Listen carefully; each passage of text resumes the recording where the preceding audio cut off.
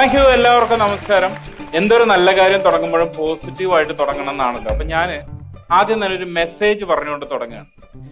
സംഭവം വേറെ ഒന്നുമല്ല, നമ്മള് ഒന്നിനെയും ചെറുതായി കാണരുത്. എല്ലാത്തിനും അതിൻ്റെതായ ഒരു പവർ ഉണ്ട്. ഒരു കഥ പറയാം. അതായത് ഒരു സ്കൂളില് കുട്ടികളും അധ്യാപകരും തമ്മിലുള്ള ഒരു ബന്ധം വലുതാക്കാൻ വേണ്ടിയിട്ട് കുട്ടികളോടൊക്കെ പറഞ്ഞു, നിങ്ങൾ നാളെ വന്നിട്ട് നിങ്ങൾക്ക് ഇഷ്ടപ്പെട്ട അധ്യാപകർക്ക് ഒരു ലഡ്ഡു കൊടുക്കണം എന്ന് പറഞ്ഞു. പിറ്റേ ദിവസം കുട്ടികൾ വന്നു. അവരെ അധികം തല്ലാത്ത അവർക്ക് ഇഷ്ടമുള്ള അധ്യാപകർക്ക് ലഡ്ഡു കൊടുക്കുന്നു. പക്ഷെ ഒരു കുട്ടി മാത്രം അവന് ദിവസവും നേരം വൈകി വന്ന് തല്ലുന്ന അധ്യാപകന്റെ കയ്യിലാണ് ഈ ലഡ്ഡു കൊണ്ടേ കൊടുത്തത്. അപ്പൊ അധ്യാപകന് സ്വാഭാവികമായിട്ട് അത്ഭുതമായി. അപ്പൊ കുട്ടി വളരെ സീരിയസ് ആയിട്ട് പറഞ്ഞു, സാറേ, വളരെ ചെറിയ പ്രായമാണെങ്കിലും ഇപ്പൊ തന്നെ ഒരുപാട് പ്രാരാബ്ദങ്ങളും പ്രതിസന്ധിയൊക്കെ നേരിടുന്ന ഒരാളാണ് ഞാൻ.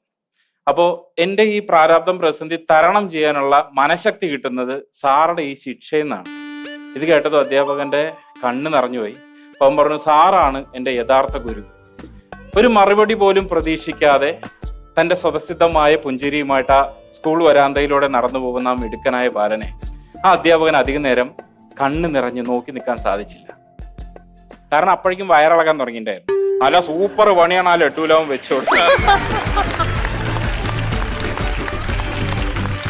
ഇതാണ് ഞാൻ പറയണത്. നമ്മൾ ഒന്നിനെ ചെറുതായി കാണാൻ പാടില്ല. ആരാണ് എവിടെ നിന്ന് എങ്ങനെ പണി തരാന്ന് പറയാൻ പറ്റില്ല. ആ ലഡ്ഡു കഴിച്ച് 3 ദിവസമാണ് അധ്യാപകൻ ആശുപത്രി കിടന്നത്. അൺഫോർച്ചുനേറ്റ്ലി അല്ലെങ്കിൽ ഫോർച്ചുനേറ്റ്ലി ആ കുട്ടി ഞാനായിരുന്നു. പേര് നവീൻ, പാലക്കാട് നിന്ന് വരും. അപ്പൊ നിങ്ങൾ ചോദിക്കും, നീ സ്കൂളിൽ പഠിക്കണ കാലത്ത് നിനക്ക് എന്താണ് ഇത്ര വലിയ പ്രാരബ്ധം? രാവിലെ എണീക്കണം, പല്ലേക്കണം, കുളിക്കണം, ബാക്കി പരിപാടി ചെയ്യണം, സ്കൂളിൽ പോകണം. പോയി കഴിഞ്ഞ് ഇയാളുടെ തല്ല്. ഇതിനും വലിയ പ്രാരബ്ധം വേറെ വല്ലതും കിട്ടാണ്ടോ? ഇനിയെങ്കിലും ഞാൻ എൻ്റെ കണ്ടന്റിലേക്ക് വരികയാണ്. സ്വഭാവം എന്ന് പറഞ്ഞു കഴിഞ്ഞാൽ നല്ല സ്വഭാവമുണ്ട്, ചീത്ത സ്വഭാവമുണ്ട്. ചില നല്ല സ്വഭാവങ്ങൾ കൂടുതലായത് ചീത്ത സ്വഭാവമായിട്ടുണ്ട്. ഉദാഹരണം വിനയം, അല്ലെ? വിനയം എന്ന് പറഞ്ഞു കഴിഞ്ഞപ്പോ എൻ്റെ ഒരു കൂട്ടുകാരൻ വിനയം കൂടിയിട്ട് ആശുപത്രിയിൽ അഡ്മിറ്റായി. സംഗതി എന്താന്ന് വെച്ച് കഴിഞ്ഞപ്പോ അവൻ ഭയങ്കര വിനയാ, എല്ലാരും വിനയം. ഇപ്പൊ വരുന്നു, ഇപ്പൊ രമേശ് ചേട്ടനെ ഷാജോൻ ചേട്ടനെ കാണുന്നു, സാധാരണ ആ ചേട്ടാ എന്ന് പറയുന്ന സ്ഥാനത്ത് ഇവൻ അത് ഒരു തവണയല്ലേ, ഇങ്ങോട്ട് നോക്കി വീണ്ടും കണ്ട. ഇതാണ് ഇത്രയും വിനയമുള്ള ഒരുത്തൻ. ഇവന്റെ മാഷെ കണ്ടപ്പോ ഒന്ന് എണീറ്റ് നിന്നിട്ട് മുണ്ടിന്റെ മടക്കി കുത്തി അഴിച്ചിട്ടു. വിനയം കാണിക്കാൻ അവൻ മറന്നില്ല, പക്ഷെ ഇവൻ ആക്റ്റീവ് ഓടിക്കാൻ എന്നുള്ള കാര്യം മറന്നുപോയി. കാലയും കുത്തി വീണിട്ട് ഇപ്പൊ അവൻ കിടക്കണ കിടപ്പ് കാണണം. ആര് വന്നാലും നട്ടല് വളക്കില്ല. കാരണം ഈ നമ്മുടെ പാലം മണിക്ക് ഉപയോഗിക്കണ കമ്പിയില്ല, അതുപോലത്തെ കമ്പിയാണ് നട്ടലിട്ടിരിക്കുന്നത്.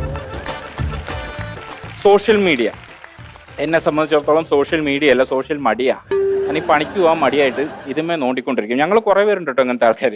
ഞങ്ങൾ സാധാരണ ആരെങ്കിലും നല്ലൊരു വീഡിയോ ഇട്ടാൽ അതിന്റെ അടിയിൽ പോയി കമന്റ് ഇടും, ഇതെന്ത് വൃത്തികെട്ട വീഡിയോ ആണിത്, ഈ സമയം ഞങ്ങളുടെ അങ്ങോട്ട് വേസ്റ്റ് ആയി പോയി, ഈ സമയം ഞങ്ങൾക്ക് കിട്ടിയാൽ ഞങ്ങൾ മലമറിച്ചിട്ടുണ്ടാവും. ഈ സോഷ്യൽ മീഡിയ പലതും നമ്മുടെ മേലെ അടിച്ചേൽപ്പിക്കുകയാണെന്ന് അങ്ങനെ തോന്നിയിട്ടില്ലേ? ഭയങ്കര അടിച്ചേൽപ്പിക്കില്ല. ഇപ്പൊ എന്റെ ഒരു ഫ്രണ്ട് എന്ന് പറയാൻ പറ്റില്ല, മെനകെട്ടവൻ എനിക്ക് ഭയങ്കര ദേഷ്യമുള്ള വരുന്നത്. അവൻ എന്നോടും ഭയങ്കര ദേഷ്യം. ഇവന്റെ ഒരു പോസ്റ്റ് കണ്ടു, പക്ഷെ എനിക്ക് ലൈക്ക് ചെയ്യാതിരിക്കാൻ പറ്റിയില്ല. ഞാൻ ലൈക്ക് ചെയ്തു പോയി. നിങ്ങളാണെങ്കിലും ലൈക്ക് ചെയ്യും. സംഗതി എന്താ അറിയോ, ഈ പോസ്റ്റ് വായിച്ച് ലൈക്ക് അടിക്കാത്തവൻ തന്തയില്ലാത്തവൻ എന്ന് പറഞ്ഞാൽ ആരായാലും ലൈക്ക് അടിക്കൂലേ? ഇതാണ് അവസ്ഥ. അപ്പൊ പ്രശ്നം എന്താ വെച്ചാൽ, ഇവൻ ഹാപ്പി ക്രിസ്മസ് ഇട്ടാലും അതിന്റെ അടിയിൽ ഈ സാധനം ഇടും, ഞാൻ ലൈക്ക് അടിച്ച് പോകാൻ വേ. അതിനിടയ്ക്ക് സോഷ്യൽ മീഡിയയിലെ ഒരു ദുരുപയോഗം എന്ന് പറഞ്ഞാലേ, ഇന്നാള് എൻ്റെ ഒരു കൂട്ടുകാരൻ അവന്റെ അച്ഛന് വെലിയിടുക, ഈ കർക്കിടവാവിന്. സംഗതി രസം അതല്ല, അവന്റെ അച്ഛൻ മരിച്ചിട്ടില്ല. ഞാൻ ചോദിച്ചോടാ, മരിക്കാത്ത അച്ഛന് നീ എന്തിനാണ് ബലിയിടണത്? അപ്പൊ അവൻ പറഞ്ഞു, റീൽസ് ചെയ്യാനാടാ. ഞാൻ പറഞ്ഞു, ഓക്കെ, നീ റീൽസ് ചെയ്തോ, നിനക്ക് റീച്ച് കിട്ടും, പക്ഷെ നിന്റെ അച്ഛൻ എന്മാതിരി ഫീൽ ചെയ്യും എന്ന് പറഞ്ഞ് ഞാൻ തിരിഞ്ഞു നോക്കണത് ക്യാമറയും പിടിച്ചോണ്ട് ഇളിച്ചോണ്ട് നിൽക്കണം എന്റെ അച്ഛന്റെ മുഖത്തേക്കാ. ഇതും പോരാണ്ട് പിറ്റേ ദിവസം ഫേസ്ബുക്കിൽ ഇവൻ പോസ്റ്റ് ഇട്ടിരിക്കുകയാണ്, എല്ലാവർക്കും എന്റെ ഹൃദയം നിറഞ്ഞ വാവാശംസകൾ. അപ്പൊ ഈ സോഷ്യൽ മീഡിയയിൽ ഡ്യുവൽ പേഴ്സണാലിറ്റി ഡിസോർഡർ ഉണ്ട്. സംഗതി എന്താ വെച്ചാൽ, ഞാൻ ആരെങ്കിലും ഇപ്പൊ ഒരു ബോർഡ് വെച്ചിരിക്കാന്ന് വെച്ചോ, ഇവിടെ മാലിന്യം നിക്ഷേപിക്കരുത്, അല്ലെങ്കിൽ ഇവിടെ മലമൂത്ര വിസർജനം പാടില്ല എന്നുള്ളൊരു ബോർഡ് വെച്ചാൽ അതിന്റെ കറക്റ്റ് താഴെ കൊണ്ടുപോയിട്ട് വേസ്റ്റ് ഇടും.